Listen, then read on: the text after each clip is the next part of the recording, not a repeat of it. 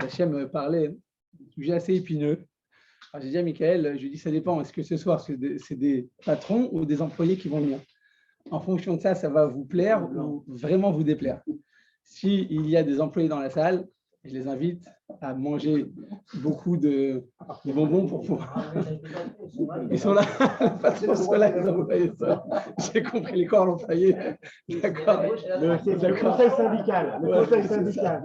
Voilà, les patrons sont là, les syndiqués sont là. Alors, ça va être difficile de trouver grâce au jeu de tous. Alors, et le conseil des prud'hommes est là. Voilà, c'est ça. Alors, qu'est-ce que j'en prie?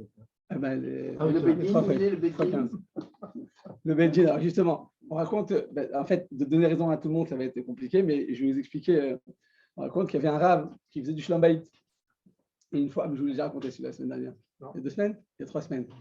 Non? Je ne peux pas raconter? Bon, alors, et on raconte qu'il y avait un rave qui faisait du Shalom Bayit. Et lorsque une femme elle est venue pour se plaindre de son mari, elle a dit, écoutez, Godarav, c'est pas possible, mon mari ne fait jamais de compliments, c'est pas normal, qu'est-ce que ça veut dire, et j'existe pas, et je suis transparente.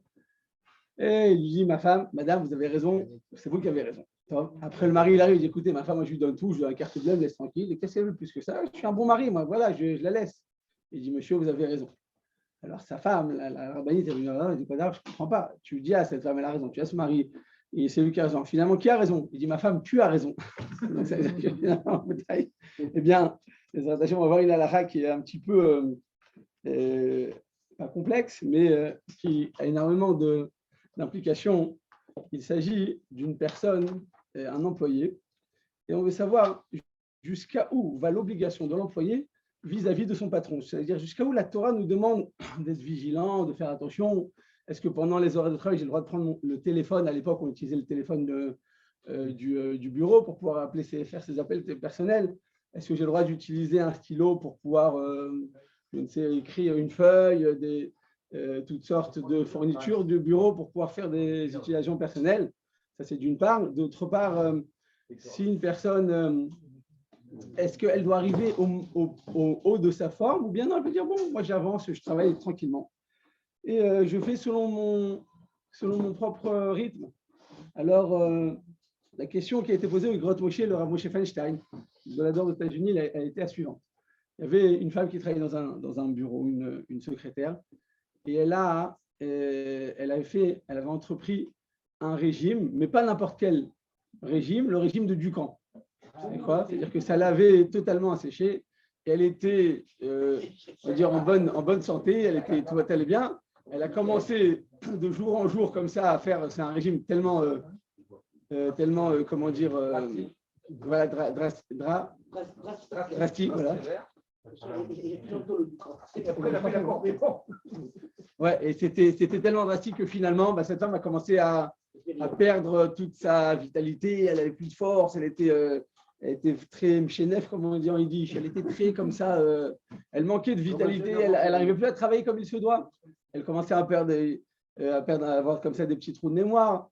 Les femmes, on s'occupe beaucoup des femmes pour le mariage, ou avant le mariage, après le mariage, avec les médecins. Il y a une tofa qu'on voit chez les médecins, qu'une femme, pour un accouchement, elle peut perdre un petit peu de sa mémoire.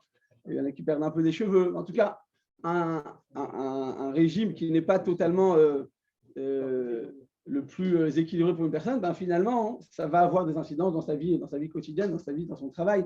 Donc, cette femme-là, elle avait donc entrepris son travail, mais elle n'était pas du tout en mesure de pouvoir gérer son quotidien et son travail. Donc, elle commençait à être beaucoup moins performante. C'est-à-dire que le rendement, la rentabilité de cet ouvrier, de cet employé, n'allait plus le coup pour son propriétaire. Et à cause de ça, eh bien, la question a été posée au Beddin, est-ce que cette femme a le droit de continuer son régime?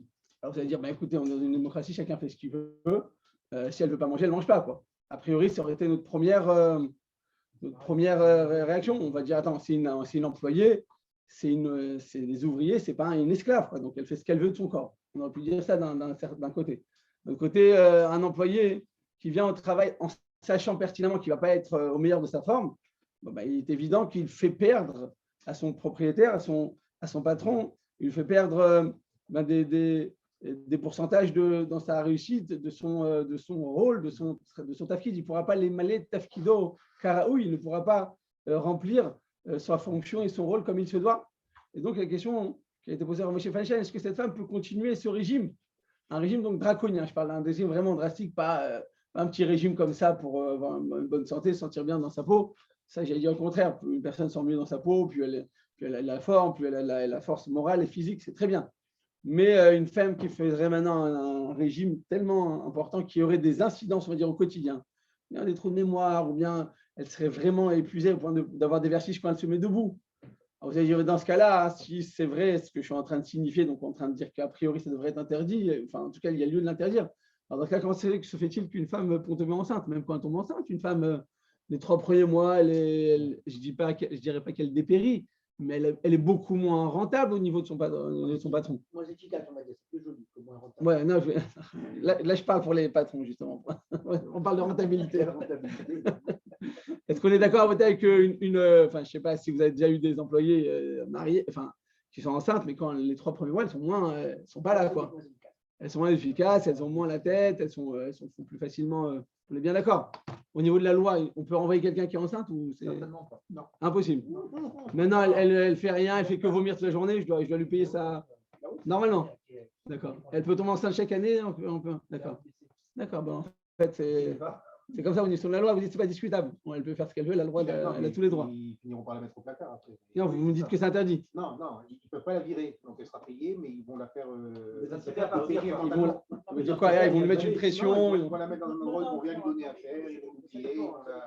À ce point-là. Ah oui, non, ça dépend. Parce que le droit français est très protecteur du salarié. Mais à l'excès, ce qui fait que quand on veut se débarrasser de quelqu'un, on le pousse dans ses heures de transport pour qu'il finisse par partir de lui-même. Mais on a le droit de faire ça. Ça, par contre, on a le droit. C'est quoi? C'est dans de pression, comme ils avaient fait. Si elle l'attaque au prud'homme et qu'elle prouve qu'on lui a mis la pression, qu'on l'a harcelé, qu'on l'a délaissé, qu'on a fait exprès de la faire craquer psychologiquement, ça peut se retourner contre le patron. Mais c'est lourd à monter.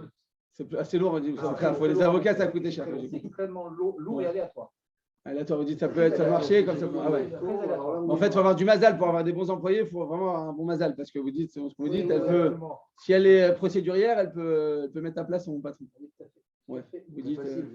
Il faut recruter avec beaucoup de parcimonie et bonne échange. De sagacité. Voilà, c'est ça. Pour pas, il ne faut pas se lancer. Planté par employé, il peut te ruiner ta boîte. Et en Israël, comment ça se passe? C'est la même chose. En Israël, ils vont selon les lois du pays. Il faut savoir que la loi de Choshen Mishpat va tout le temps selon les lois du travail. C'est les lois du travail qui vont fixer les lois de la halakha. Rabbi Akiva Eger, il dit plus que ça. Il dit qu'un minhag medina, le minhag qui a été entre les socharim, qui a été fixé entre un corps de métier, eh bien, c'est le minhag, il a force de loi et il est minatora. C'est-à-dire que le kinyan qui va être fait, il y a 4 sortes de kinyanim, 4 manières de conclure un contrat. Eh bien, quand il y a un minhag à socharim, c'est-à-dire que c'est un corps de métier, d'accord, chaque métier il a une manière différente, il a un protocole, il a des conventions dans lesquelles il va finaliser une vente, une transaction. Eh bien, cette transaction-là, elle est plus forte encore que les 4 kinyanim qui sont mentionnés dans la Torah. Le fait de faire un shtar, le fait de signer, le fait de donner de l'argent. Bon, il y a 4 sortes qui sont mentionnées dans la Torah. Ben, le minhag à socharim, il dépasse encore. Dans l'engagement, il dépasse encore ce qui est mentionné dans la Torah. Pourquoi? Parce que les socharim entre eux, c'est comme ça c'est leur langage, c'est leur dialecte. Donc, on n'a pas le droit d'aller à l'encontre. Par exemple, la Gemara dit pour acheter des tonneaux de vin, ça allait très vite. C'est-à-dire que quand il y avait une bonne crue, alors les gens ils venaient, ils prenaient par tonneau comme ça, il fallait le prendre au bon moment. Les gens ils avaient le flair, ils savaient à ce moment-là faire l'achat au bon moment. Alors dès qu'il arrivait. Diamantaire. Ouais, exactement. Voilà, exactement. Mazal ou bracha. Ouais, exactement. C'est vrai. On a pas mal de gens qui travaillent là-bas en Verse. Ils me disent que même je crois que c'est les hindous là qui sont en train de prendre un peu la place, comme au sentier, il y a 20 ans. Et ben, eux, ils disent, il y a Mazal ou bracha, ils disent en hébreu, quoi. Tellement c'est devenu une convention, quoi. Et ils le disent, c'est comme ça qu'ils vont contracter la vente. Ouais, c'est que comme ça. C'est-à-dire que selon la halakha, ça s'appelle minhag à socharim. La Gemara dit par exemple, il y a des tonneaux donc de vin. Le fait de faire une croix dessus, ça y est, c'est considéré comme un kinyan. Pourtant, une croix, c'est rien. D'accord? Pour acheter quelque chose, par exemple, je vous ai acheté un terrain, ben, il faut que je mette une porte. S'il y a une porte, il faut que je mette un cadenas, il faut que je mette une chaîne, et ainsi de suite. Ça s'appelle nahal, parat ou gadar. C'est-à-dire il y a des halachot, il y a des manières de pouvoir. Une chazaka. Il faut faire une neila, il faut fermer, il faut. il faut mettre une chaîne, ainsi de suite. Mais quand il y a un minag esocharim, c'est-à-dire que entre ce corps de métier, c'est comme ça qui conclut cette vente. Alors la halakha, eh bien, la force de loi, et elle dit que c'est ce minhag là qui va prendre le dessus. C'est pourquoi on fait très attention dans les bedin quand il y a des gens qui viennent nous poser des questions. Avant de donner une halakha, on est obligé de vérifier le minhag esocharim. Et des dayanim qui font pas ça, c'est-à-dire que c'est une pshia. Vous avez le droit de vous de l'AR au Bedin, de faire un recours. Ouais. Et ce Bedin là, il va se faire redresser parce que des fois ils disent non, mais c'est la Torah. C'est vrai que la Torah, elle est une, comme dit le Rashi. Ouais, c'est sûr que c'est elle qui merci beaucoup. C'est sûr que c'est elle qui a. Vous avez fait en hébreu en français, ouais. Les deux, avec le verset. Ah, c'est avec le verset. Effectivement, la Torah, c'est-à-dire c'est sûr que c'est elle qui va fixer. Mais dans ces halachot là, la halakha, elle prend d'abord en considération le minhag Medina, le minhag des socharim, c'est-à-dire les conventions qui sont installées et instaurées dans ce corps de métier. Et en fonction de ça, on va pouvoir, une fois, si par exemple il n'y a pas de minhag socharim, on va selon la Torah. Alors, si on vous pose la question, à quel moment la loi du pays, elle prend le devant par rapport à la loi de la Torah, il faut savoir que c'est clair, dans tout ce qui est minhag socharim, c'est d'abord le minhag du pays. Mais le minhag du pays, ce n'est pas selon les avocats, parce que les avocats, c'est des procédures, ils cherchent à chaque fois. Vous avez signé un contrat, ils vous disent, bon, il y a un petit astérix, ça vous avez mal lu. Ils font exprès de dire, tu as signé au mauvais endroit. Au lieu de signer tout le temps. Ils cherchent la faille. Ça, hein, c'est du mensonge. C'est pas ça. C'est-à-dire, vous allez voir, je ne sais pas, un dentiste, quand est-ce qu'il dit, voilà, vous êtes d'accord? Oui, je suis d'accord. À partir du moment où l'employé il a dit, je suis d'accord, enfin, le client, le patient, eh bien, il doit, ça y est, il n'a pas besoin de signer un contrat, par exemple. On est bien d'accord. Mais par exemple, dans l'immobilier, tant qu'il n'a pas signé, même s'il a parlé 10 fois, même ça fait 2 semaines qu'il vient voir la maison, tant qu'il n'a pas signé, ça ne sert à rien. C'est-à-dire que la parole n'est pas engageante dans l'immobilier, tandis que la parole est engageante chez un médecin, je suppose, ou chez un chirurgien, et ainsi de suite. C'est-à-dire que finalement, avant de commencer à répondre à cette question du Grad Moshe, il faut savoir que le klal le plus important, c'est d'abord, on va selon le minhag des socharim, c'est-à-dire la convention qui a été fixée par ce corps de métier. Non, S'il n'y a pas la convention. Désolé de tout le temps, mais on est fait ici en tous les deux. Ah, ça fait.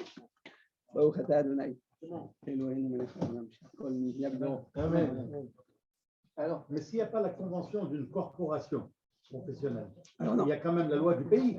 Mais la loi du pays, effectivement, elle a la force de loi, simplement.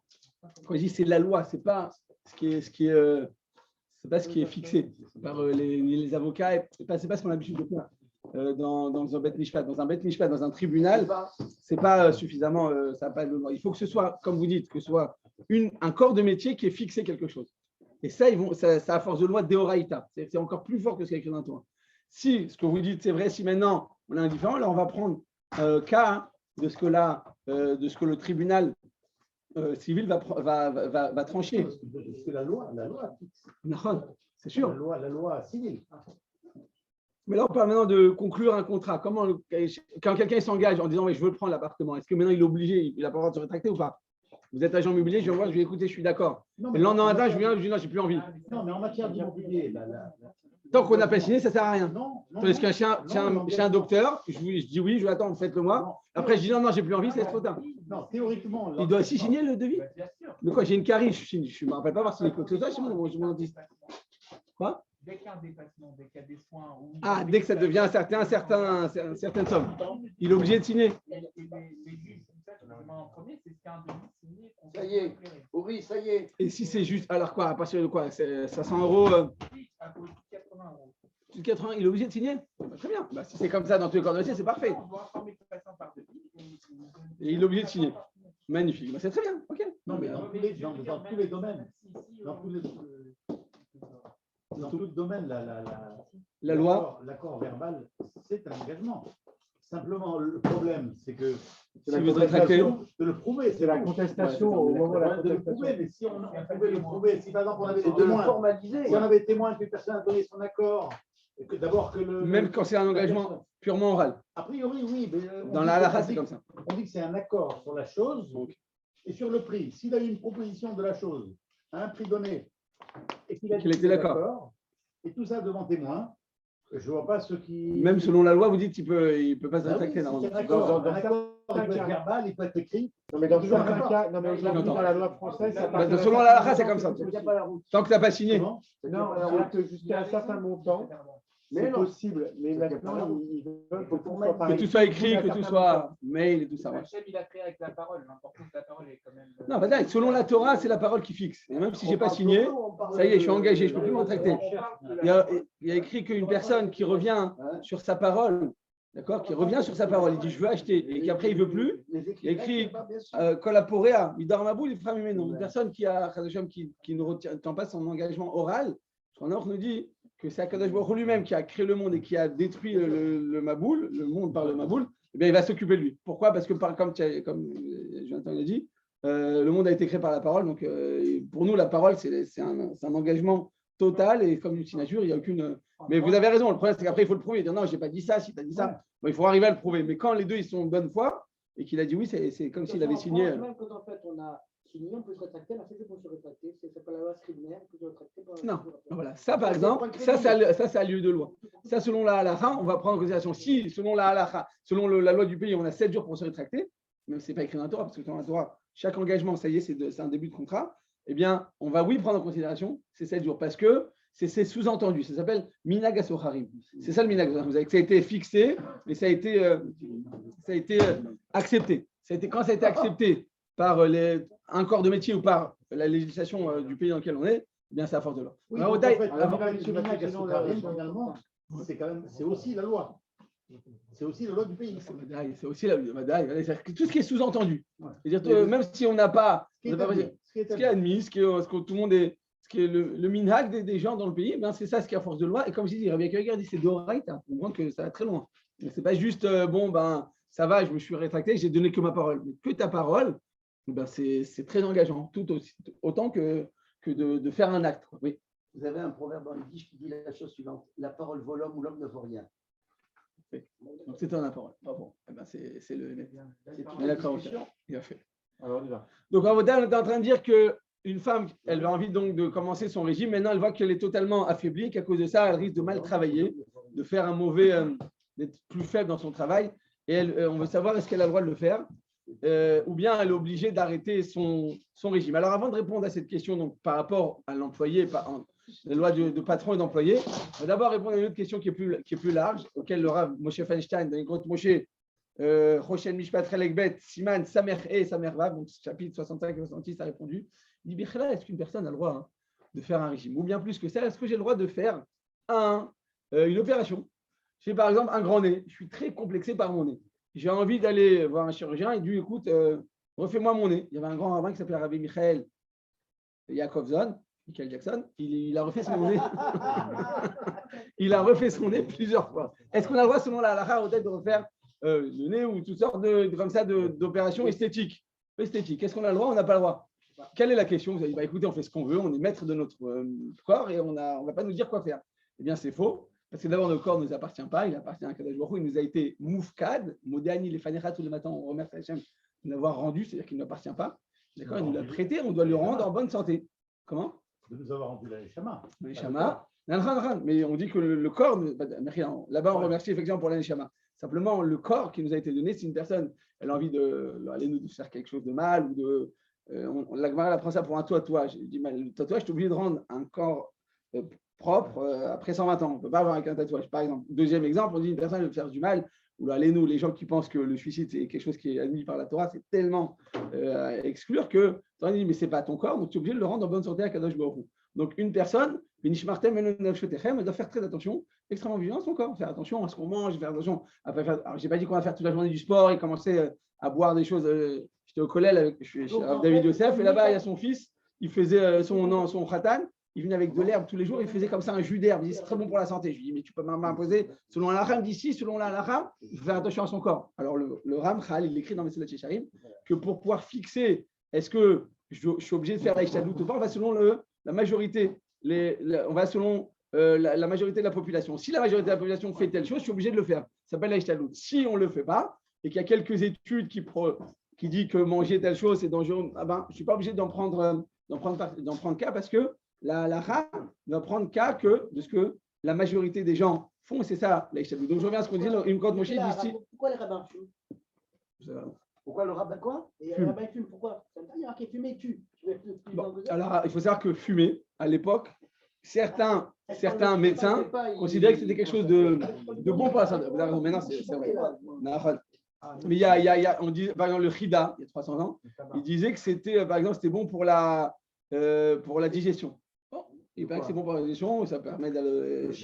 Non, fumer, je ne sais quoi. Ouais, il y a 300. Le tabac, je pense que ce que les médecins, maintenant, ils sont totalement contre. Je pense qu'il y a 30 ans, 40 ans, ce n'était pas si clair que ça, ou en tout cas, ce n'était pas encore bien établi.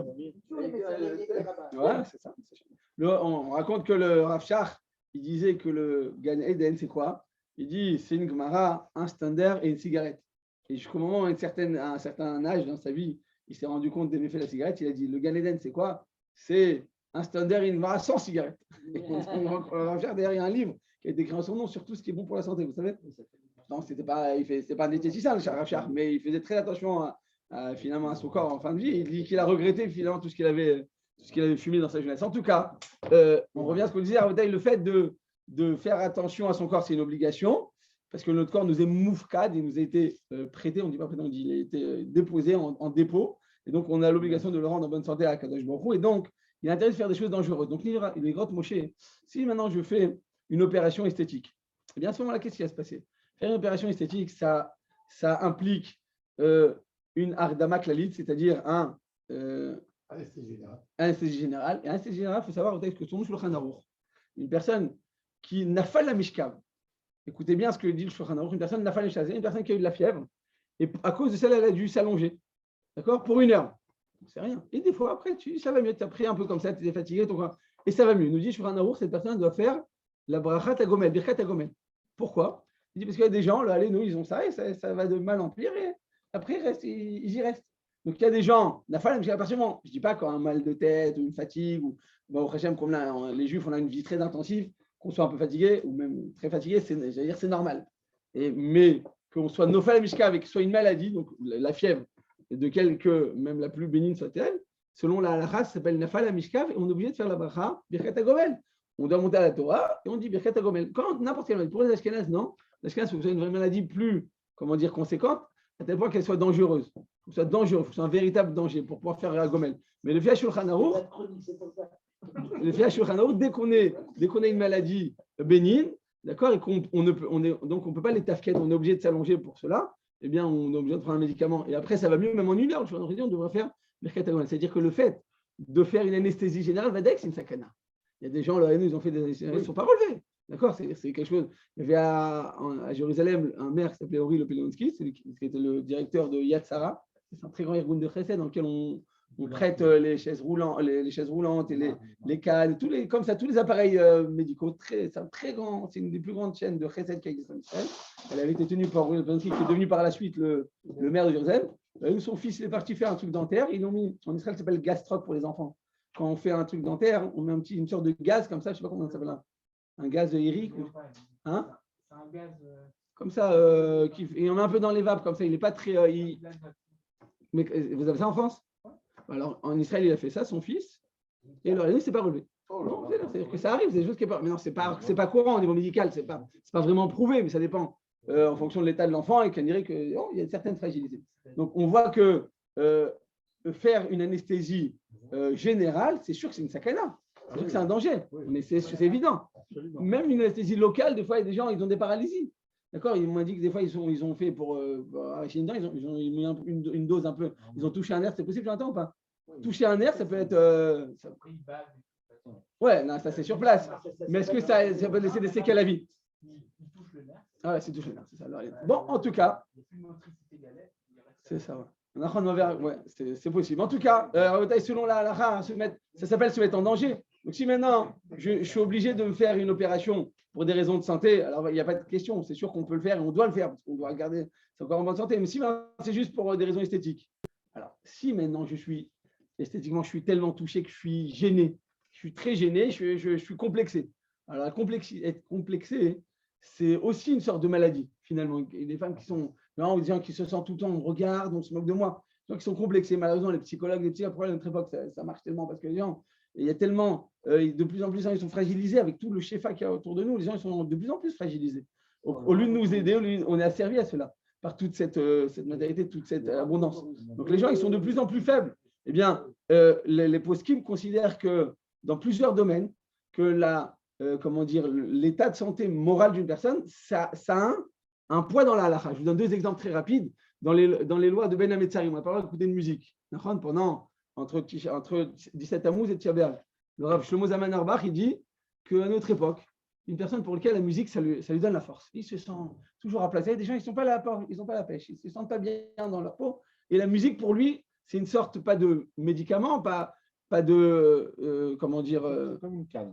C'est une sorte de remède, comme ça lui donne la force. Ils se sentent pris comme ça. Il y a des gens, ils sont vraiment, pour lui, dès qu'il pourrait écouter la musique, même pendant Ben Hametzarim, et il dit pas seulement pour les gens qui sont vraiment faibles moralement, mais il dit pour une personne qui est un petit peu comme ça et qui manque de joie naturelle, d'accord, pour les gens qui ne sont pas pour les Tunisiens, par exemple, qui sont tout le temps en Bessimcha, et bien pour eux, ils auront le droit d'écouter un peu la musique. Pourquoi? Parce que pour eux, il dit, même pendant Ben Hametzarim, c'est-à-dire qu'on considère que le manque de joie quotidienne dans la bouteille, c'est une sorte de, on dirait pas une maladie, c'est un mot fort, mais c'est une faiblesse. Et cette faiblesse-là, on doit y remédier. Première implication dans la deuxième implication dans la laquelle je suis confronté quotidiennement, pour les femmes après un accouchement, 2 accouchements, elles disent je ne peux plus. Si je tombe enceinte, pour moi, c'est trop difficile. Je demande d'avoir l'autorisation de prendre des pilules. Eh bien, selon la halakha on doit prendre en considération la situation morale de la femme, psychique, c'est très important. Il y a des rabbins plus anciens qui disent non, il ne faut surtout pas, nos mères ne faisaient pas ça. Oui, mais nos mères, elles étaient beaucoup plus fortes et elles ne se plaignaient pas. Ils n'avaient pas de quoi manger, ils étaient toujours. À notre époque, les gens, ils ont tout. Et la pilule, c'est pas. Pourtant, ça allait. Il paraît qu'en Russie, dernièrement, ils ont autorisé l'utilisation de la pilule parce que c'était interdit à l'époque. Mais le seul inconvénient, c'est qu'il y a 9 mois d'attente. Donc finalement, à l'époque, ça n'existait pas de toute façon les pilules. Donc, pour une personne qui est en adulte que le mois, écouter la musique, dans ces cas-là, si elle est vraiment trop déprimée.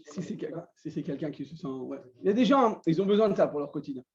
Et plus que ça, j'ouvre la parenthèse, si vous dites, il y a des possibles qui disent que le vendredi après-midi avant Shabbat, on peut écouter la musique douce, même pendant Ben Hametzarim.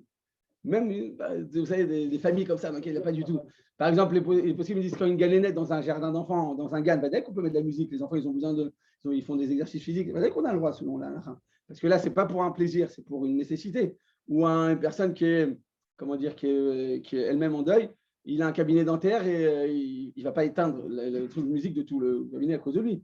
Donc on a le droit dans ce cas-là. Il a écrit que par exemple, quand la femme elle est en deuil et qu'on arrive à écouter la musique ou l'inverse, on a le droit, on n'est pas obligé d'imposer le deuil à toute la maison. Maintenant, ça dépend de la sensibilité qu'il y a dans une maison. Si tout le monde est dans cet état d'esprit, alors oui, je pense que c'est un respect. Mais ce n'est pas une halakha. Selon la halakha, il n'y a que la personne elle-même qui en deuil, pas de son entourage, ni sa femme, ni ses enfants. Donc il y a écrit, si je rentre dans un endroit et il y a la musique et la personne est en deuil, elle ne doit pas les chaven de les notes, elle ne doit pas avoir la kavana de profiter. En tout cas, je reviens à notre sujet, et la halakha nous dit comme ça, que faire une opération qui est une nécessité médicale, c'est parfaitement permis, c'est recommandé quand c'est nécessaire, mais par contre, faire une opération à pur but esthétique, et que c'est pas... Et qui peut impacter notre travail. Alors, non, avant d'arriver au travail, et que là je parle général après d'arriver au travail, et qu'il n'y a pas de conséquences sur mon moral. Donc, ce n'est pas que, par exemple, je suis quelqu'un de très fort, très gros, et je suis obligé de me mettre maintenant un anneau pour pouvoir maigrir. Ça va dire que c'est permis, parce que c'est du cholestérol, même si le danger n'est pas immédiat, mais le cholestérol à long terme va pouvoir faire de monter des escaliers, ainsi de suite, va dire que ça impacte sur la santé, et pas que sur le moral. Hein, une partie de l'estomac, c'est pas autorisé. Si grâce à ça, je vais avoir moins de cholestérol et je vais perdre du poids, si, ça devient autorisé. On va dire que si c'est considéré comme nécessité médicale et pas purement esthétique, ça va dire que c'est permis. Et je suis en train de dire que même si c'est esthétique, mais que ça va impacter sur mon moral, que je veux mieux me sentir dans ma peau, ouais, je ne me sens pas bien, je me sens complexé. Il y a des gens, ils ont quelque chose sur le visage. Alors, je ne suis pas en train de dire que maintenant, je fais une opération pour pouvoir me faire pour ressembler à une star de cinéma. Mais même si je suis complexé, ben ça, voilà. Prends un verre de coca bien frais et laisse la vie passer. Tu vas pas dire, il y a des gens, ils sont très fragiles. C'est-à-dire, il y a une limite entre la bêtise humaine et la nécessité. Il faut qu'il y ait une nécessité morale que la personne se sente que vraiment elle a besoin pour son bien-être. On parle de ça. Donc, je reviens à ce qu'on disait. Une personne qui fait maintenant une opération, quand c'est une nécessité médicale, eh bien, Vadek, c'est permis et c'est recommandé. Quand ce n'est pas une nécessité médicale, le fait de se mettre en danger, c'est un danger et c'est peut-être pas permis selon la Halacha. Ça s'appelle Venishmartem Meod. Tu vas faire attention à ton corps et ne pas user de ton corps de manière dangereuse et pour voir te mettre dans un danger. On n'a pas le droit de se mettre en danger à moins que ce soit une nécessité médicale. On revient à Modaï au lieu du travail. Au lieu du travail, je suis maintenant chez mon patron. Et mon patron, donc, il demande que son employé, bien, il ait c'est pas un rendement, vous m'avez dit, hein, une productivité qui est maximale.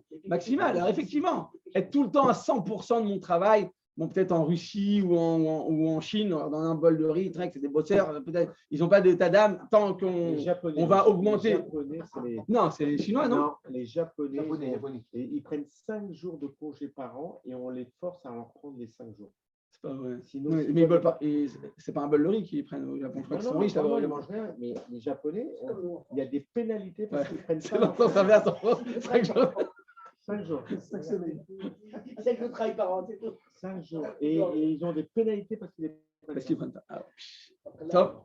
Alcool, panim, rabotaille. Donc la halakha nous dit comme ça que si il y a une nécessité médicale, va dire que le patron ne peut rien dire à sa secrétaire. Elle est, par exemple, elle est obèse ou quoi que ce soit, va dire qu'elle doit faire son régime parce que c'est une nécessité médicale. Et donc, le patron ne peut rien dire. Mais si maintenant c'est juste pour des raisons esthétiques, elle a envie de se sentir un peu mieux, ça lui fait du bien, eh bien, il faut savoir que si à cause de ça, elle perd de son efficacité, la halakha interdit. Mais quoi, interdit, on n'est pas en Russie, enfin, on est libre de notre corps. Regardez ce qu'on nous dit, le Shulchan Arour. Donc, on est en hébreu d'abord, parce qu'après, je vous l'ai fait en français. C'est pas que la dernière fois, on n'avait pas de conclusion. Là, je vous l'ai fait en français. De manière à ce que vous allez pouvoir, Bezat Hashem, arriver à la conclusion. Regardez ce que nous dit le Shulchan Arour dans Siman Shin Lamed Zayin, Seif Yutet. Vous l'avez tous à vos tailles en hébreu?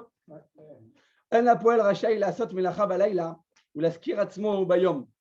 Donc, un homme n'a pas le droit de faire un travail la nuit et de travailler également en journée. C'est-à-dire qu'on n'a pas le droit de faire 2 travaux à la fois. Si tu sais qu'en faisant ces 2 travaux, par exemple, les étudiants en Israël, ils étudient la journée et le soir, ils sont chômeurs, ils sont gardes dans les établissements, à l'entrée des immeubles. Et dans, hein? Ça le fait. Ouais, mais ça le fait, ça me finit à minuit, mais il y en a pas de nuit, ils remontent comme ça. Ils font des gars. Hein? Dans les sociétés d'informatique, si on a travaillé toute la nuit, on n'a pas le droit de travailler le lendemain matin. On est obligé de prendre la période de repos. C'est une condition. Non, mais là-bas, dans d'autres travails différents. Ça revient au même. Mais non, c'est pas. Non, là-bas, vous dites que là-bas, c'est pour protéger l'employé qu'on fait ça. Là, c'est pour protéger le patron. Parce que si l'employé il a envie de gagner beaucoup d'argent, il s'inscrit à 2 travails à la fois, un le journée, un le soir. Il dit c'est pas possible. Il dit pourquoi? Il dit parce qu'en journée, qu'est-ce qui va se passer? Il va être moins productif, il va pas être efficace, il va s'endormir. Donc lui, il est censé engager les services d'un employé qui pourrait être efficace et donner un tel pourcentage. Et finalement, il va être beaucoup moins rentable, ça va être beaucoup moins efficace. Il n'y a pas des clauses d'exclusivité.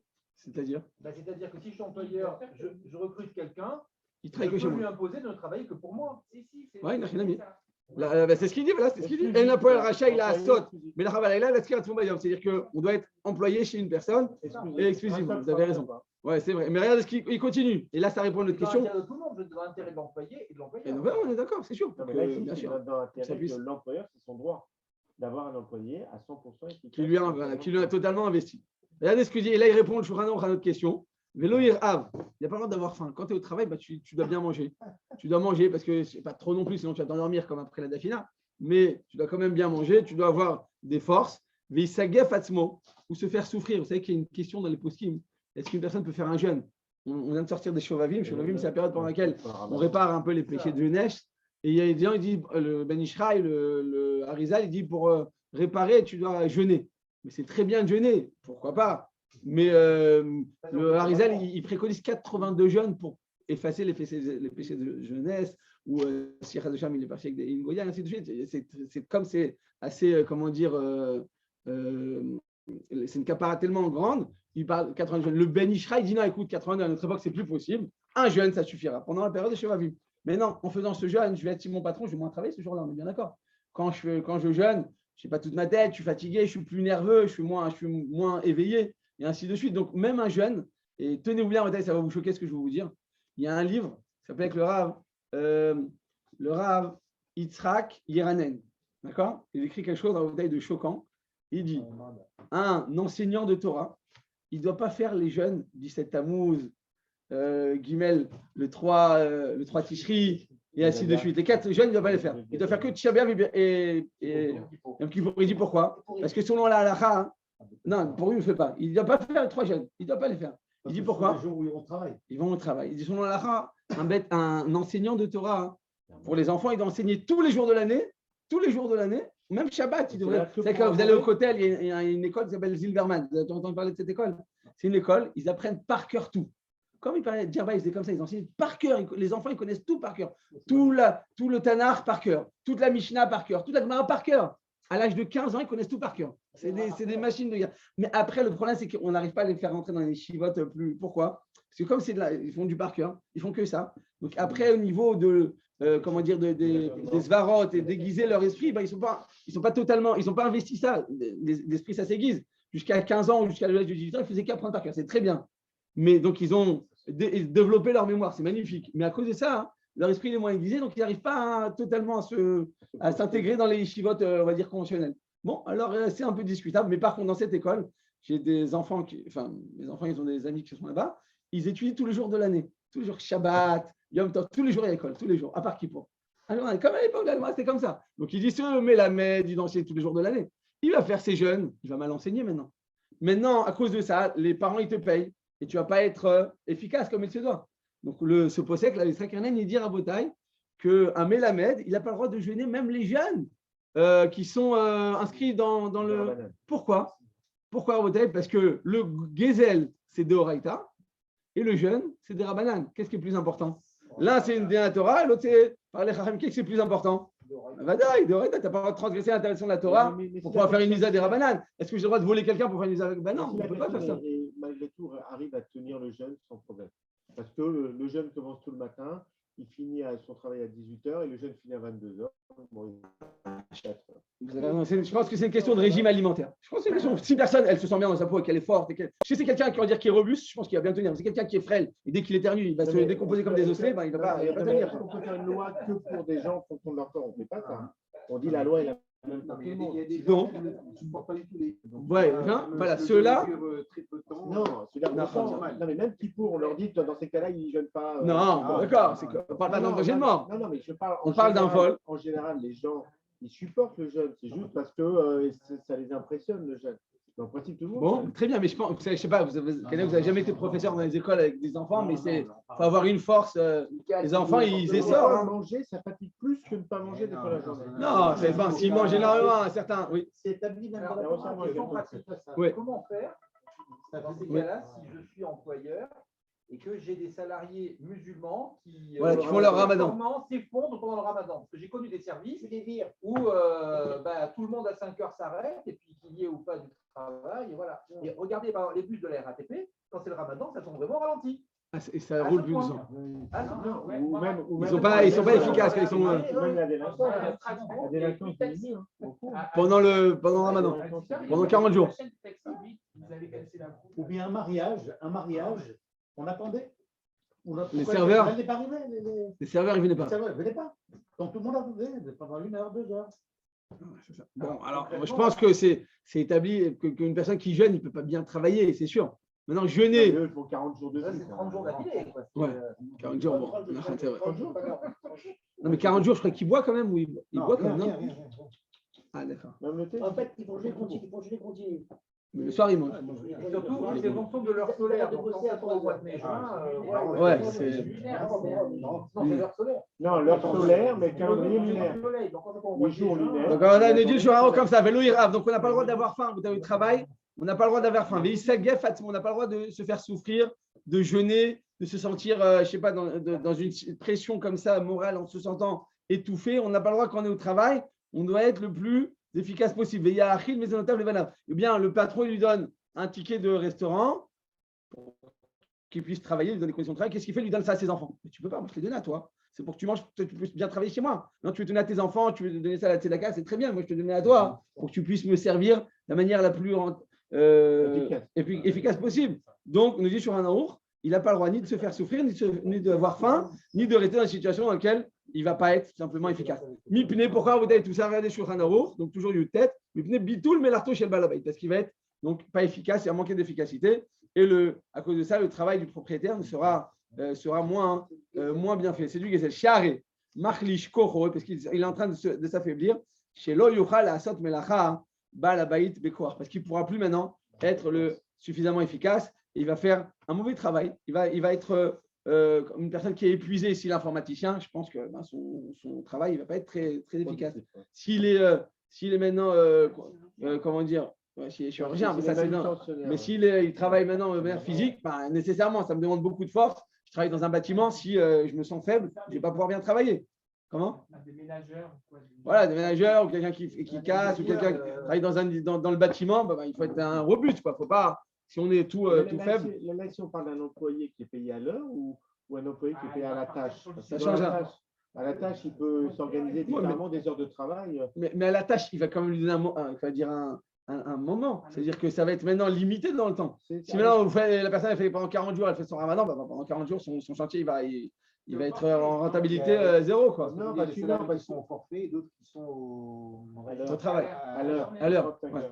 Non, mais à l'heure, c'est sûr que c'est Gezel, parce que chaque heure, c'est 60 minutes par heure, je suis un Nimouskar, les Balabait, je lui appartiens. Non, mais quelqu'un qui est en forfait jour à l'année, il dit vous travaillez tant de jours, et on ne précise pas si c'est 1 heure par jour. Mais est-ce que vous êtes libre de le faire quand vous voulez ? Quand vous voulez, ça veut dire que. Mais il ne vous donne pas une limite, non, le forfait jour, par exemple, qu'ils ont fait encore, le forfait jour, vous devez être présent 210 jours. Mais ni ça vous dit combien d'heures par jour, ni s'il y a des heures supplémentaires. Est-ce que le manque de rentabilité sera ressenti chez le propriétaire ? Est-ce que le manque de rentabilité sera ressenti chez mon patron ? Est-ce que le manque de rentabilité sera ressenti ? Est-ce qu'il y aura une perte finalement au niveau ? La différence, c'est que le travail doit être fait.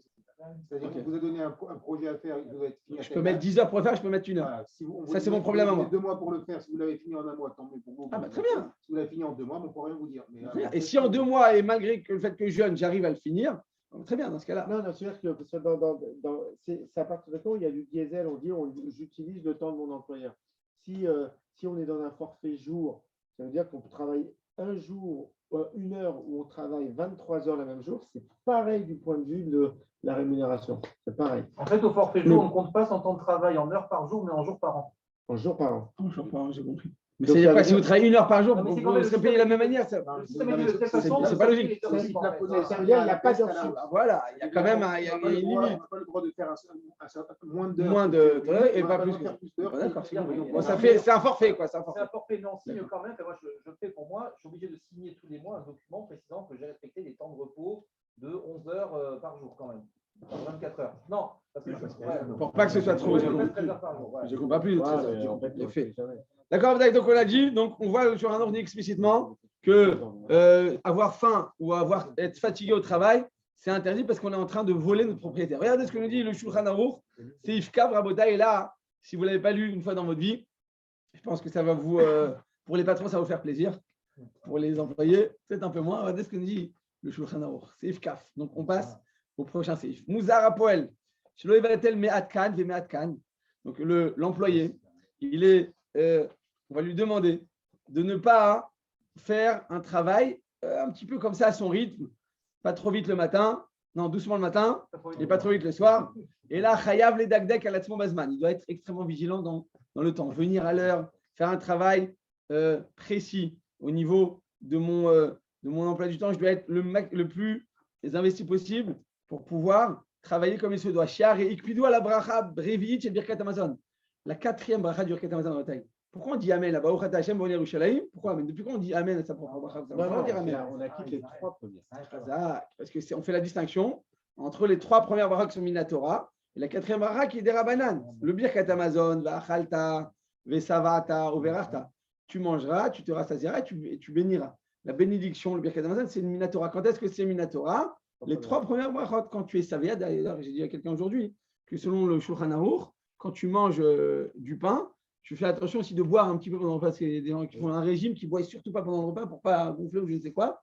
Selon la halakha, selon le prix Megadim, on est obligé de boire un petit peu pour que la svia soit totale. Pour que être rassasié totalement, il faut et manger et boire. Alors, ne faites pas ce régime, ne le respectez pas à la virgule. Au moins boire un tout petit peu pour que le Birkat Amazon soit Minatora. Si on n'est pas mis là-dedans, il n'y a que des rabbanan, selon le Pri Megadim. On ferme la parenthèse. Donc, nous dit le Shulchan Aruch, on doit être extrêmement vigilant dans le temps et ne pas travailler de manière trop paresseuse. Sharik, Pido al Bracha Revit chez le Birkat Amazon, la Chachamim écoute. La Bracha Revit du Birkat Amazon, après Bonnet Rushalem, elle est des rabbanan, on te dit ne la fais pas. Moi-même, les Chachamim, je te demande de faire cette bracha, mais si tu travailles chez ton patron, ne fais pas cette bracha. Pourquoi? Parce que tu vas le voler. Donc les Chachamim, Amrou, c'est eux qui ont instauré la mitzvah des rabbanan de faire la 4e bracha du Birkat Amazon, et c'est eux qui te disent que dans lequel tu es employé chez quelqu'un, ne la fais pas parce que tu vas voler ton propriétaire. La Gemara raconte beaucoup d'histoires avec Rav Yoshua et avec Chonia Meagel, vous savez le fils, celui qui avait fait donc avec la pluie, d'accord? Eh bien, il disait pas bonjour au Chachamim, il disait shalom, même le mot shalom, il ne répondait pas. Pourquoi tu ne réponds pas? On te dit shalom. Il y a écrit celui qui ne répond pas shalom, c'est un voleur, vous savez. La Gemara dit, même dans un goy, quand il te dit shalom, il faut lui répondre shalom. Bon, en France, vous n'avez pas ce problème. Vous avez beaucoup d'élèves en Israël. On est tellement occupé que des fois on dit shalom, la personne elle ne va pas toujours te le rendre. C'est-à-dire que on est chef gazlan. Et c'est quoi le gezel? Je t'ai donné quelque chose, rends-le-moi. Je t'ai donné un bonjour. J'étais souriant. Eh bien, rends-moi cette Kemanim Panim El Panim. Quelle va Adam El Adam? Tu dois te comporter avec l'autre comme l'autre se comporte avec toi. Il t'a dit bonjour, il a été avenant. Si toi tu ne lui réponds pas, c'est du gezel. Donc tu dis le Birkat Amazon, la 4e bracha étant d'ordre rabbinique. On en est quitte quand on travaille chez notre patron. C'est un Shulchan Aruch, ce que je dis, ce n'est pas du moussard. C'est le Shulchan Aruch, on doit travailler de toutes ses forces. De toutes ses forces, c'est-à-dire que j'ai l'obligation, si je suis employé chez quelqu'un, de faire le maximum de mes capacités morales, physiques, pour pouvoir être le plus efficace possible, pour pouvoir être au top de ma forme, pour que satisfaire mon patron. Mais ce n'est pas pour votre patron. Vous savez quoi, votre patron, vous ne pouvez pas le voir. Il vous fatigue, toujours, il fait la tête de tcharbeb tous les jours, comme ça, vous arrivez au travail. On ne demande pas à faire pour lui, pour le patron d'en haut. Kadosh Baruch Hu, il veut que tu sois quelqu'un d'honnête et de droit et que tu t'investis au maximum pour ton patron. C'est-à-dire que si tu travailles dans une boîte, quand on est fonctionnaire, c'est un peu difficile de faire, de suivre cette halakha parce que quand on est fonctionnaire, moins tu fais, mieux tu te sens. D'accord. Enfin, je ne parle pas ici, mais en tout cas, dans certains, vous savez, en Israël, la bureaucratie, c'est très aléatoire. Il faut faire beaucoup de tefilot. Quand vous devez aller à la mairie, vous devez aller dans les bureaux d'État en Israël, faites beaucoup de tefilot. Un télim avant d'entrer, parce que je dis tout le temps, ça dépend à quel moment du café elle se trouve, la secrétaire. Si elle est avant le café, tu ne vas rien obtenir. D'ailleurs, en Israël, souvent on dit, je ne comprends pas, je suis parti au bureau, ils m'ont dit que c'était bon. Et après, vous venez 2 minutes après, vous dites, c'est pas bon. Elle est où la loi? Et en fait, ça dépend. Moi, je dis, c'est la loi du café. C'est la loi du plus fort. Si elle a pris un bon café, elle va être en bonne forme, c'est bon, elle est partie. Si elle avance sa pause déjeuner, par contre, une demi-heure avant et 1 heure après, il ne faut surtout pas lui parler, ça va être à ton avantage. En tout cas, à Boutaï, tout est en Israël, c'est le pays du Sead Adishma, tout est en train de demander il n'y a pas de loi. C'est la loi d'Akadosh Baruch Hu. Il te dit, tu dois servir, la vote Bechol Kocho. Pourquoi à Boutaï, il fait du moussar, le Shulchan Aruch? Je ne me rappelle pas un endroit dans le Shulchan Aruch dans lequel le Shulchan Aruch se permet de faire du moussar. Le Shulchan Aruch, c'est quelqu'un de très hanav. Rabbi Yosef Karo nous dit le Chida, à l'époque de Rabbi Yosef Karo, du Shulchan Aruch, il y a 500 ans, il y avait 3 hommes qui s'appelaient Yosef qui devaient faire le Shulchan Aruch. 3. Il y avait Rabbi Yosef Taïchik, c'était quelqu'un qui avait de très grandes piotes. Il ne dormait pas de la nuit, jamais. Il les accrochait au pilier. Dès qu'il s'endormait, il y avait ses piotes qui le remettaient en arrière. Il était très, très, très tzaddik. Yosef Taïchik. Il y avait un deuxième Yosef, je ne me rappelle plus de son nom de famille. Et il y avait Rabbi Yosef Karo. Le Chida, il dit pourquoi le Shulchan Aruch a été fixé sur le Rabbi Yosef Karo. Les 3 ils étaient aussi grands en Torah l'un que l'autre. Il dit simplement la halakha a été retenue par le Shulchan Aruch Rabbi Yosef Karo, donc c'est notre code pénal. Pourquoi? Parce que c'était l'homme le plus humble des 3. Plus tu es humble, plus Akadosh Baruch Hu est avec toi. Il ne s'imposait jamais. D'ailleurs, jamais il donne son avis. Je ne sais pas si vous avez vu dans le Shulchan Aruch, jamais il dit je pense comme ça. Jamais il dit Nir Ali. Il faisait la majorité des 3 avis du Roche de Riche. Oui, mais il a réussi à trouver, on va dire, toujours de consensus. Et il n'a jamais donne son avis. Le seul endroit dans lequel il a écrit Nir Ali, c'est dans Siman Tzadik He Seif Gimel, dont on te dit quand une personne, on doit attendre 24 heures entre, si on a fait par exemple, vous avez fait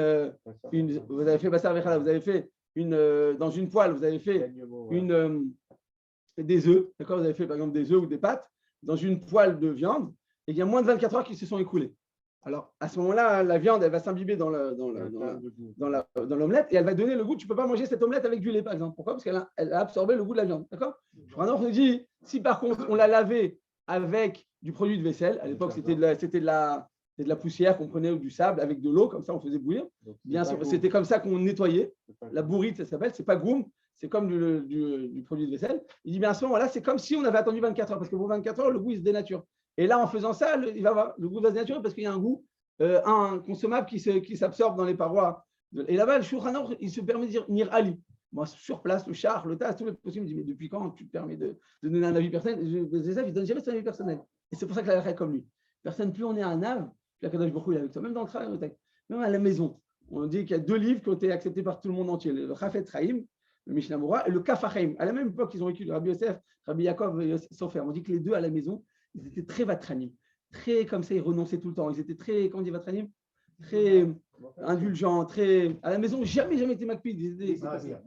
Ma'avir, tout le temps. On raconte beaucoup d'histoires comme ça sur le Chafetz Chaim, qu'à la maison, quand il avait perdu une première femme, le Chafetz Chaim, vous connaissez cette histoire à Rotaï? Oui. Le Chafetz Chaim, il était marié.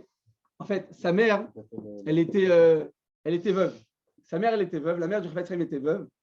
Et le Chafetz Chaim, il était Gaon Olam. Depuis tout jeune, comme ça, on voyait que ça allait être le Gdol Hador. Maintenant, sa mère, elle s'est remariée avec un homme. Et cet homme-là, il avait une vieille fille à la maison qu'il n'arrivait pas à marier. Elle était physique, vient me dire.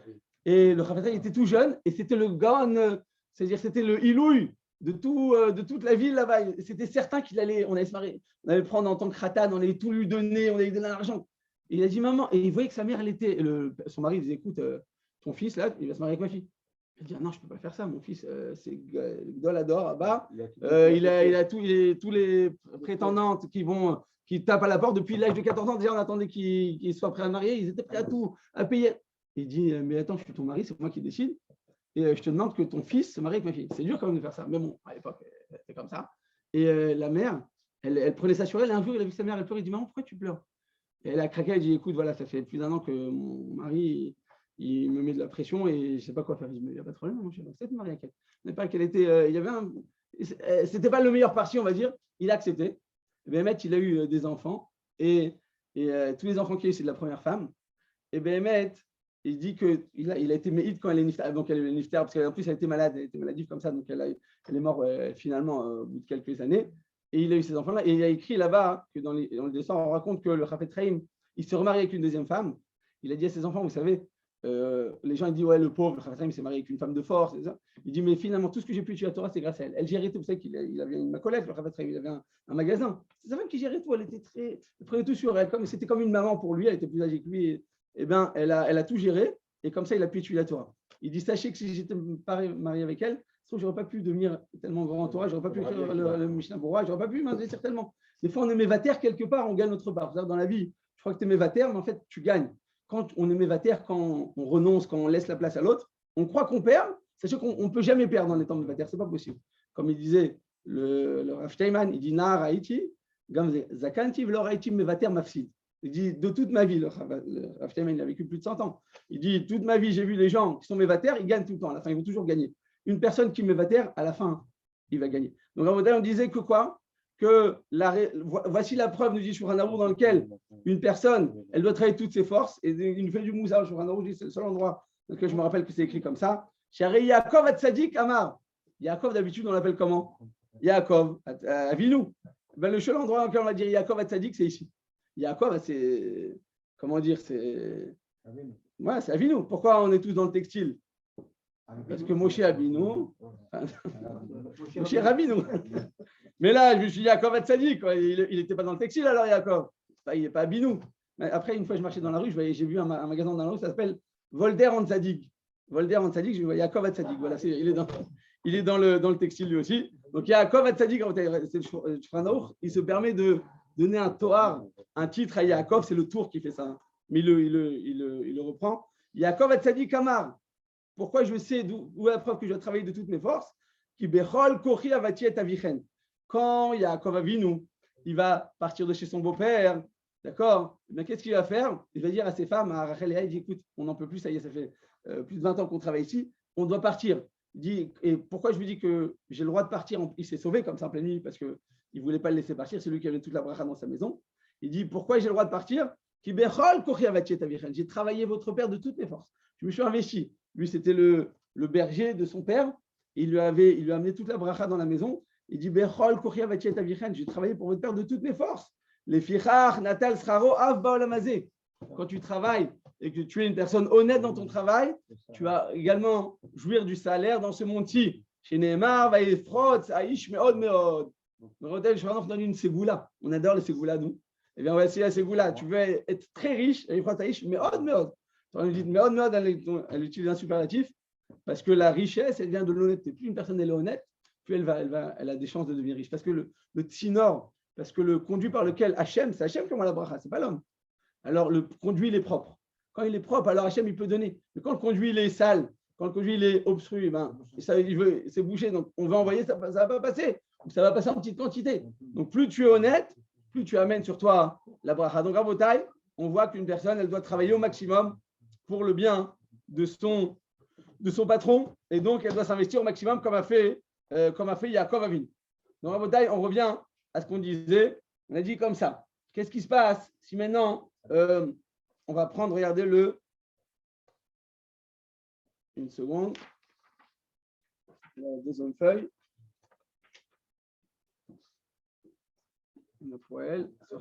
Très bien. Alors, regardez ce que nous dit le Rama. Vous ne l'avez pas dans la feuille. Regardez ce que nous dit le Rama. Après, on va passer en français. Le Rama, il dit comme ça. Dans Siman Shin Lamed Gimel, toujours dans Choshen Mishpat, il dit comme ça. Il dit un enseignant ou un employé n'a pas le droit de faire, on a dit tout à l'heure, vous l'avez dit, vous avez raison, de faire 2 travaux à la fois. Il dit parce qu'il va dormir tard, il va mal manger, et à cause de ça, il risque de mal travailler pour son patron. Ça s'appelle méchané. Le poil, il est méchané. Et quand le poil, il est méchané, c'est une tchia. Quand un employé, il fait mal son travail, on lui a donné telle mission, il le fait mal, ou il le fait à peu près, eh bien, à ce moment-là, il va être considéré comme une pchia. C'est quoi une pchia? C'est-à-dire que c'est une négligence. Et si c'est une négligence, eh bien, le Shulchan Aruch, on pourra renvoyer cette personne. Pourquoi? Parce qu'il a été négligent dans son travail. Donc, on parle ici d'une personne qui a dit, mais moi, je ne suis pas un serviteur, je suis un employé, je fais ce que je veux. On te dit non. Si tu as accepté ce travail, tu dois savoir que eh bien, ça va avec toutes les conditions. Alors, effectivement, faire attention parce que c'est des extrêmes qui sont faits. Des fois, les patrons, ils mettent beaucoup de pression psychologique. En Israël, à un moment, il y a une période comme ça, Bezek. Vous savez, Bezek, c'est comme France Télécom. Il y a eu plusieurs suicides comme ça. Il paraît que c'était il y a une petite période comme ça malheureuse, dans laquelle Vadaï que l'employé, pour sa part, il doit faire le maximum pour le bien de son patron. Entendu, le patron, ça ne doit pas être non plus, comment dire, un tyran ou un régime totalitaire. Non, il faut bien entendu être le plus conciliant possible. Mais pour la part du propriétaire, de l'employé, pardon, il doit faire le maximum. On m'a raconté que quelqu'un, il était religieux, il a fait les shivas. Après, il est parti, il a voulu travailler, donc il est parti à l'armée. Et là-bas, ils lui ont donné, c'était une tête, ils lui ont donné tout de suite un haut grade dans l'armée. Et à un moment, il devait envoyer un courrier à un médecin parce qu'il avait rendez-vous chez un professeur. Et il est parti donc au bureau comme ça du patron. Il lui a dit voilà, est-ce que je peux envoyer un fax pour mon propriétaire? Et à ce moment-là, la secrétaire n'était pas là. Elle dit bon, c'est bon, c'est un fax, ça va, tu vas chez le médecin, il n'y a pas de problème. Il dit non, je suis désolé, je ne peux pas le faire. Il dit mais pourquoi, vous avez rendez-vous? Il dit oui, mais le patron, il n'est pas là, je ne peux pas lui demander, donc je ne préfère pas utiliser un fax. Ben, il n'était pas religieux là-bas. Là, mais, et il est parti. Il paraît que ça fait un kiddush Hashem. Après, ils en ont parlé. Ils se rendent compte, le monsieur, il vient. Il est haut gradé. Il peut sentir tout permis. Il peut sentir qu'il a. Qui est Macpid d'envoyer un fax sur le compte du patron? Qui est Macpid tellement à faire tellement attention? Il dit mais après, les gens en ont parlé. Ça fait un très grand kiddush Hashem. Donc, plus on est honnête, plus on fait attention, plus les gens vont mettre c'est quelqu'un de juif. Alors, comment ils sont droits, les juifs? Malheureusement, on entend tellement d'histoires. Les gens, ils cherchent comme ça un petit peu faire des embrouilles. Ils disent ça va, c'est pas tout le monde le fait. La c'est un chilul Hashem. Il n'y a pas de kapara au chilul Hashem. Il n'y a pas de kapara. Le problème, c'est qu'on est tous salis par cela. Donc, si maintenant vous êtes des gens honnêtes, vous faites très attention, sachez que c'est un kiddush Hashem. Il faut les chaven alzé. Il faut les chaven que quand on fait quelque chose d'honnête, on veut dire oui, mais je ne travaille pas pour l'État. Vadaï que non. Mais on fait ça parce qu'Akadosh Baruch Hu nous a demandé d'abord, on veut avoir la bracha et la bracha. Et que plus on est honnête, plus on a bracha. Mais surtout, c'est le fait qu'on va les Kadesh et Hashem, on va sanctifier, on peut sanctifier la Kadosh Baruch Hu, pas seulement Beth Midrash, pas seulement quand on étudie la Torah, quand on fait la prière, mais aussi et surtout quand on est au travail ou quand on est entouré par des goyim ou des non-religieux, des gens qui vont nous regarder en tout cas à la loupe et nous dire voilà, ça c'est les religieux et donc ça c'est les juifs, donc il faut être extrêmement vigilant.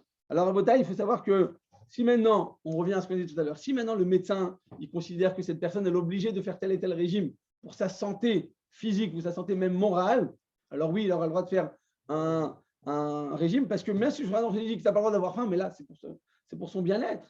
pour se sentir bien dans sa peau, pour pas avoir de cholestérol, pour qu'il puisse monter les escaliers. Il est obligé de faire attention à lui quand même. Donc, si c'est une nécessité médicale, il aura le droit de faire son régime. Il dit, si par contre, il n'est pas, c'est juste pour des raisons personnelles ou esthétiques, il doit demander la permission à son propriétaire. S'il accepte, il écoute, jusqu'à présent, tu es un bon employé. À son patron. On n'est pas des esclaves. Non, mais à son patron, parce que. Ouais, effectivement. Balabaït, c'est ça, un propriétaire, c'est pas. À son patron à bouteille, donc on doit demander l'autorisation. S'il accepte, il accepte. Alors je vais être un peu moins efficace, c'est pas grave, il a accepté. Il sait que ça va durer 1 mois, 2 mois, le régime de Ducan, c'est bien. Après, tu vas revenir en bonne santé. Il est prêt à le faire. Si maintenant, ce n'est pas dans cet état d'esprit, il n'a pas le droit de le faire. Il dit, ben, pourquoi? Il dit, parce que ça va, selon si maintenant il a mal travaillé, ben, il dit, il peut le renvoyer. Il peut le renvoyer, parce qu'on a dit, si maintenant une personne n'est pas efficace dans son travail, il a le droit, il peut le renvoyer. Et si maintenant, à cause de ça, il va devoir être malade, eh bien, les jours de maladie qu'il va recevoir, il devra le rembourser, parce que c'est toi qui t'es mis dans cette situation. Et donc, tout ce que tu as gagné par les jours de maladie, tu dois le rembourser à ton patron, parce que ça lui appartient finalement. Oui. Est-ce que je peux diminuer en salaire? Ben, si, ce qu'on vient de dire, on dit que si, à cause de ça, il va être comme une personne malade, donc la moitié de la journée, il ne va pas pouvoir travailler. On pourrait lui, selon la Ravalek, on pourrait lui diminuer. Non, en France, comme vous dites, ils sont super protégés en général, les employés. Non, mais selon la halakha, hein?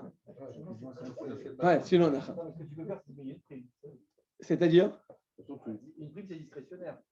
Ah, en fonction de plus c'est un bon employé, plus il a des points. Il performe plus, il a fait. On dit à Votaï, il y a écrit comme ça, il y a écrit. Qu'est-ce qui se passe si maintenant tu dis non mais écoute, tout le monde le fait. C'est important que je vous vois le Tosfot avant qu'on passe en français. Qu'est-ce qu'il le Tosfot fait? On a dit que le minag du Médina, ce que tout le monde fait selon la halakha, c'est un poids. D'accord? Si tout le monde le fait, c'est un poids. Alors Rav Benson, il disait comme ça. Les gens disaient tout le monde le fait. Alors Rav Benson, il disait à ce sujet, il dit Kulam aussi me dit tout le monde le fait. Il dit Teda lecha sheyesh, ma comme les Kulam bageinam. Il dit les gens qui disent tout le monde le fait, il dit sache que là, il y a de la place pour tout le monde au Geinam. Quand on dit tout le monde le fait, c'est pas une comment dire une. Tout le monde volé aussi. Voilà, exactement. Comme tout le monde le fait, c'est vrai que on a dit que dans les lois financières, il y a oui un sous-entendu, il y a oui des compromis qui sont faits par la majorité des gens. C'est vrai. Voilà, c'est-à-dire que c'est eux qui vont fixer le. Mais il dit quand c'est un mauvais minag. Alors là, ce qu'il dit Tosfot. Là, je vous ai pris Tosfot dans Baba Batra, Bet, Bekville, donc tout en bas de la page. D'accord? Il y a écrit là-bas. C'est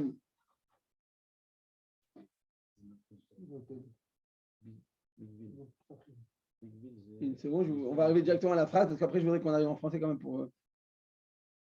Voilà, venir à l'avant-dernière ligne. Donc, dans Tosfot, il parle maintenant d'un minag, donc d'un corps de métier, d'une corporation, comme vous avez dit. Et à la fin, regardez ce qu'il dit à Rabbeinu. Donc, l'avant-dernière ligne de Tosfot dans Baba Batra, dit pour Matril Bekville. Venira les Rabbeinu Tam, Vedafka, Beota, Vedafna. Donc, il parle là-bas d'un corps de métier. Aval Pachot Mikan, il dit donc, là-bas, il s'agissait donc de convention qu'ils avaient fixée en fonction donc, de ce corps de métier. Il dit Pachot Mikan, si maintenant il donne moins que ça. C'est-à-dire qu'en d'autres termes, tout le monde vole, tout le monde arrondit les angles. Dans ce corps de métier, tout le monde fait des petites embrouilles comme ça et tout le monde. C'est sous-entendu. Alors, on dit Pachot Mikan, donc si tu ne fais pas comme la halakha le demande, Afilu Naagu Minag, même si maintenant, Naagu, tu dis c'est bon, tout le monde le fait, Minag idiotu, c'est un mauvais minag, c'est un minag d'imbéciles, de gens sots, de gens qui ne sont pas selon la Torah. Ce n'est pas parce que tout le monde le fait que c'est obligatoirement permis. Il est vrai, on a commencé le cours en disant que quoi? Que ce qui est instauré par un corps de métier, alors ça doit être la référence selon la halakha. Et c'est ça qui va nous donner effectivement ce qu'on a l'habitude, ce qu'on n'a pas l'habitude de faire. Mais il dit maintenant, si tout le monde le fait et que c'est un mauvais minag, et c'est sûr que maintenant, eh bien, c'est interdit, mais tout le monde le fait. Il dit minag idiotu, c'est un minag de gens sots. Donc là, on apprend en détail. Donc, ce que j'ai dit au début, que le minag, il a force de loi, la coutume a force de loi, c'est vrai, mais pas dans tous les cas. Il dit il y a des minagim chez El qu'on n'a pas le droit de le faire, c'est pas parce que tout le monde le fait que tu peux le faire aussi. Même si la halakha elle est claire et que c'est à force de loi que à Kol Keminag Amdina, la loi elle est fixée par le minhag du pays, eh bien, ceci est limité par le fait que ça fasse partie du bon sens. Quand on dit que le minhag amdina, c'est des gens honnêtes, des gens droits, des gens qui sont porteurs de bon sens. Mais si c'est des gens malhonnêtes ou des gens qui disent, et tout le monde le fait, c'est vrai, mais tout le monde le fait, bref. Il dit, mais j'ai pas envie d'être malhonnête, mais si je vais je vais les voir à l'étage, je leur dis, voilà, je déclare cette chose, ils me disent, t'es fou. Il y a des gens qui me disent, ils me posent des questions, je dis, il ne faut pas le faire. Il est parti voir donc la mairie, ou je ne sais plus dans quel bureau c'était d'État. Il dit, mais pourquoi tu déclares ça? T'es fou. Personne ne le fait. Alors, je ne suis pas en train de dire il faut être non plus chastide. Je dis qu'on fait les choses de manière honnête. Bien entendu, il faut avoir de bon sens. Juste comprendre que ce n'est pas parce que tout le monde fait certains mauvais minags qu'on a le droit de le perpétuer. Donc, on va passer en français parce que j'avais promis qu'on arrive quand même à des conclusions. Donc, prenez la deuxième page avec votre permission. J'avais écrit en fait une série de livres sur les lois du travail. Et j'avais sorti, finalement je ne l'ai pas sorti parce que Mme Citruc m'a dit que c'était plus important d'écrire un livre sur les lois de pureté familiale. Donc j'ai mis de côté, mais j'ai un livre qui est prêt sur les lois d'immobilier. Je vais faire en fait sur chaque corps de métier toutes les halakhot qui sont écrites. Et puis j'avais beaucoup parlé à des gens professionnels dans chaque corps de métier. C'est sûr qu'il y a des conventions différentes. Donc je suis obligé de prendre le cas aussi du Minhag Medina sur les lois des agents immobiliers. Baruch Hashem, c'est un livre de 150 pages, comme ça, avec des exemples, avec des halakhot, avec des histoires et tout ça, très intéressant. Mais finalement, je ne l'ai pas sorti parce que. Non, mais c'est. Par contre, l'agent immobilier, il est bien vu selon la race, à savoir, j'ouvre une parenthèse, la paracha de la semaine, ça tombe très bien. Il y a écrit, c'était qui le premier agent dans la Torah? Comment on dit un sarsour? C'est pas un agent immobilier ou un courtier.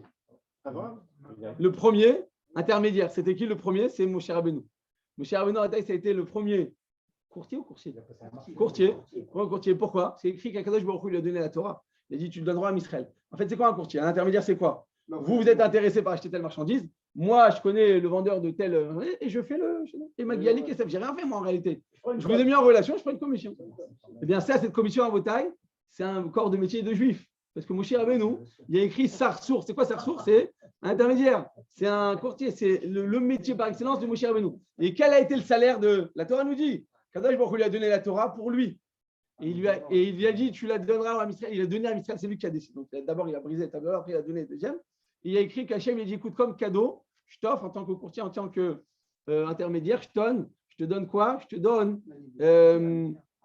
pile poula chez le Torah. Je dis la Gemara, pile poula chez le Torah. Le pile poule. C'est-à-dire que la rhétorique dans l'étude, approfondir l'étude, le pile poule. Tu peux étudier de manière sec et comprendre ce qu'il y a écrit et passer avant. Et il y a des chiots dans lequel on n'étudie que le pile poule. Par exemple, Brisk, vous entendez les chiots de Brisk, c'est que du pile poule. On n'apprend pas tellement ce qu'on doit faire la halakha, moutar, assour, du moussar, non. J'apprends que du pile poule. C'est-à-dire que la rhétorique, si ce n'était pas écrit, qu'est-ce que j'aurais pensé? Ça s'appelle aiguiser l'esprit, c'est très profond. Bien entendu, il faut faire attention que ce ne soit pas du pile poule qui n'a pas de but pour avancer. Mais tant que ça nous permet d'avancer, de comprendre les choses plus profondément, c'est le pile poule de l'Échelle. Il y a Kadosh Baruch Hu, quand il a vu que Moshe a bien fait son travail d'intermédiaire et d'agent, de courtier, qu'est-ce qu'il a dit? Il a dit, Moshe, je te donne un salaire. Qu'est-ce que je te donne comme salaire? Pile poula chez le Torah. Et qu'est-ce qu'il a fait Moshe Rabbeinu? Donc, comme il était à Torah, c'est quoi la qualité principale de Moshe? C'est qu'il était bienveillant. Il aimait voir le bien chez les autres. Il y a des gens, quand ils voient le bien chez les autres, ça me fait mal. Si je l'ai et que toi aussi tu l'as, ça me fait mal. Si toi tu l'as et moi je ne l'ai pas, ça me fait très mal. Mais si toi tu l'as et que moi aussi je l'ai, ça me fait un peu mal. Pourquoi je ne suis pas le seul à l'avoir? Malheureusement, les gens ne sont pas toujours bienveillants envers l'autre. Avoir Aïn Tova Otaï, c'est une qualité extraordinaire, c'est celle de Moshe Rabbeinu. Il était Aïn Tova, il ne pouvait pas voir l'Am Israël souffrir. Lui était dans son palais, il n'était pas obligé il a écrit qu'il descendait voir le peuple, il portait avec eux les pierres. Il disait, pourvu que je me mette à votre place, pourvu que je puisse porter, il portait les pierres. Quand il a vu cet agneau qui s'est sauvé et qui avait soif, il a porté sur ses épaules. Personne ne l'a demandé de porter. C'est quelqu'un de bienveillant, il est bienveillant avec tout le monde. Ça, c'était mon cher. Comme il était bienveillant, quand il a donné la Torah, il a donné avec kiff, il a donné avec plaisir. Il écrit d'ailleurs dans la halakha, quand on fait des chesed Hachem, Hachem m'a permis de faire. Et je ne fais pas beaucoup de misa malheureusement dans ma vie, mais une chose Hachem m'a permis de faire, c'est des shidduchim. Vous savez, c'est quoi les shidduchim? C'est un casse-tête incroyable. Tu te prends en tête avec le garçon, avec la fille, avec les parents, avec les grands-parents. C'est très difficile, mais c'est une bracha. Au moment où tu amènes quelqu'un sous la choupa, c'est une joie incroyable. C'est une très, très, très grande joie. C'est Hachem qui m'a permis de faire. Comment? Voilà, j'attendais que quelqu'un qui me proposait un document. Voilà. En tout cas, le Rama, il écrit que les shidduchim, c'est que chez les shidduchim, c'est les Ashkénazes, ils payent dès qu'ils font un chidour. D'accord, ils payent. Voilà, c'est un courtier.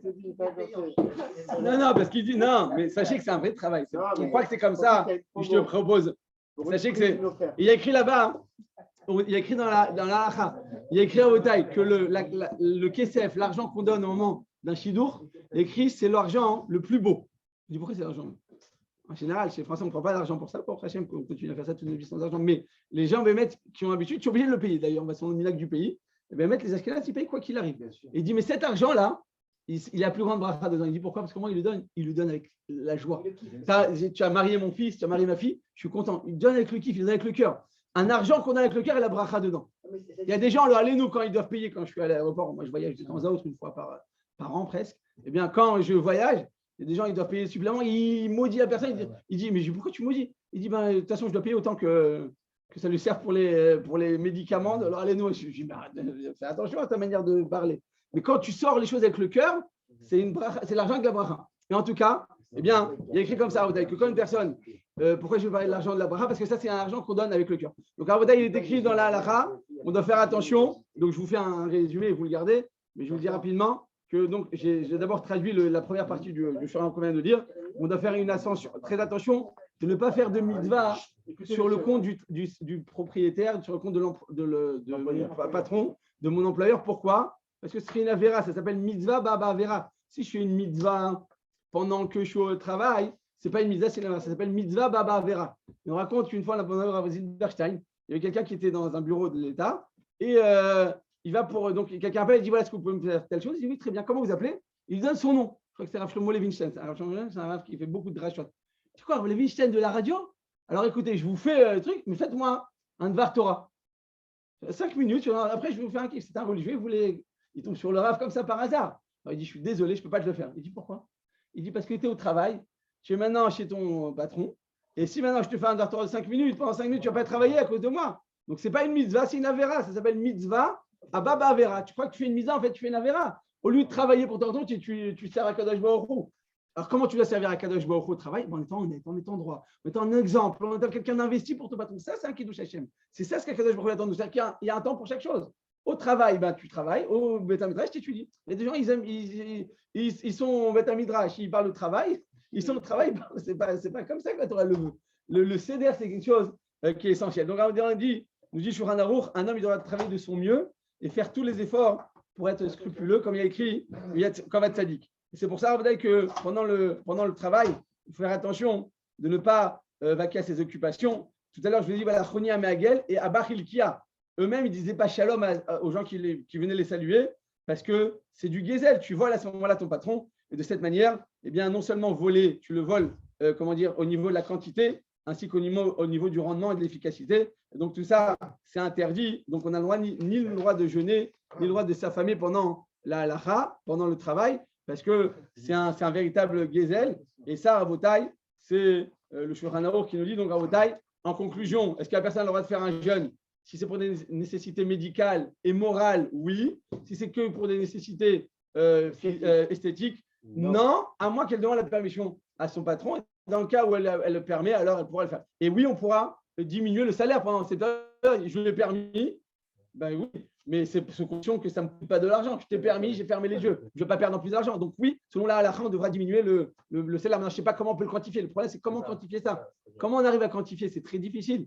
Un rendement ou une efficacité de 80%, je vais être plus fatigué. C'est compliqué quand même. Ah ouais, une question, alors, on est plus dans la question à la tête.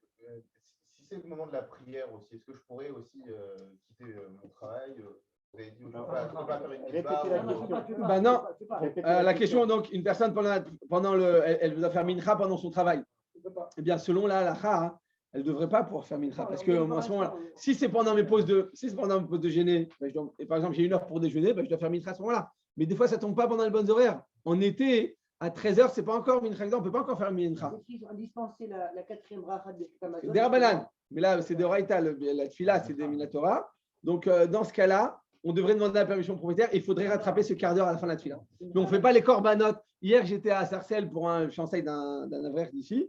Et il m'a dit que c'était à 5h mincha, à 6h15, j'étais en train de faire mincha. Ça m'a manqué à l'effet, c'est pas possible. Il y a des horaires, tout est tout tac. Pendant 1h15, en fait, les gens ils chantent, enfin ils aiment bien. C'est sympathique, mais il y a des synagogues dans lesquelles ils chantent beaucoup, et tout ça c'est très bien. Mais va dire qu'on ne peut pas faire ça sur le compte du patron en aucun cas. Vous ne faites pas ni le korbanot, ni Ashrev, ça vous faites en chemin par exemple. La Amida, et on doit rattraper à la fin de la journée, on doit rattraper ces quelques minutes pour ne pas le faire sur le compte du patron. En tout cas, le principe, on n'a pas le droit de faire la spiritualité sur le compte de la matérialité. Et je finis ça, le Rabbi Chaim, le Rabbi Israël Salanter, donc le père du Moussard, il disait c'est quoi ma spiritualité à moi? C'est la matérialité de l'autre. C'est-à-dire que des fois, on pense que c'est quoi ma spiritualité à moi? C'est de t'imposer ton niveau spirituel. Je veux dire, fais attention, ne fais pas ça. Je fais des reproches. Les gens ils pensent que la Torah, c'est toujours imposer à l'autre et être, comment dire, les vengeurs d'Hachem. Il n'y a pas de vengeurs dans la Torah. Comment? Être vindicatif. Vindicatif. Le shérif, voilà. Il ne faut pas être shérif de la Torah, il faut être shérif de la Torah. On n'a pas le droit d'imposer aux autres. Tu peux imposer à toi ce que tu ne veux, mais pas à l'autre. D'accord? C'est-à-dire que c'est quoi ma spiritualité à moi? C'est de m'inquiéter de ton bienfait à toi. Ça, ça va m'amener le Olam Haba. Mais si maintenant je m'occupe de ton Olam Haba, je dis arrête de parler pendant qu'il a, arrête de faire ça, ben, c'est pas bien parce que j'utilise. Non, c'est pas bien. Simplement, j'ai fini.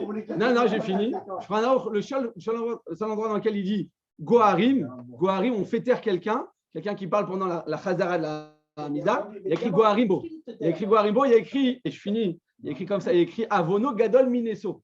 Une personne qui parle pendant la Amida, pendant la Chazara, et qui dérange, on ne peut pas répondre Amen. Il y a écrit Avono Gadol Mineso. Sur qui on dit ce pasouk? Sur Caïn, quand il a tué Avel. Qu'est-ce qu'il a dit? Il a dit c'est trop lourd pour moi. J'ai tué mon frère, il a regretté, il a fait tchouva. On utilise un terme très, très, très lourd pour dire Gadol Avono Mineso. Et le péché est trop lourd à porter. C'est quoi le péché trop lourd à porter? Pour parler pendant l'Amida. Et donc, il a écrit Goharim, on a le droit de faire taire à la personne. Mais il faut qu'il y ait une personne, parce que si chacun devient shérif, ça devient le Far West. Ça devient, c'est pas bon. Oui, ça existe. Il a écrit à notre époque, il n'y a plus. Ennemi chez Odalor, il y a Rabbi Akiva, il dit à notre époque, les gens ne savent plus faire des reproches parce qu'ils sont trop personnels. Ils mettent leurs considérations personnelles au service de la Torah, ça s'interdit. Bon, Chadona, il est Olam. Amen, amen.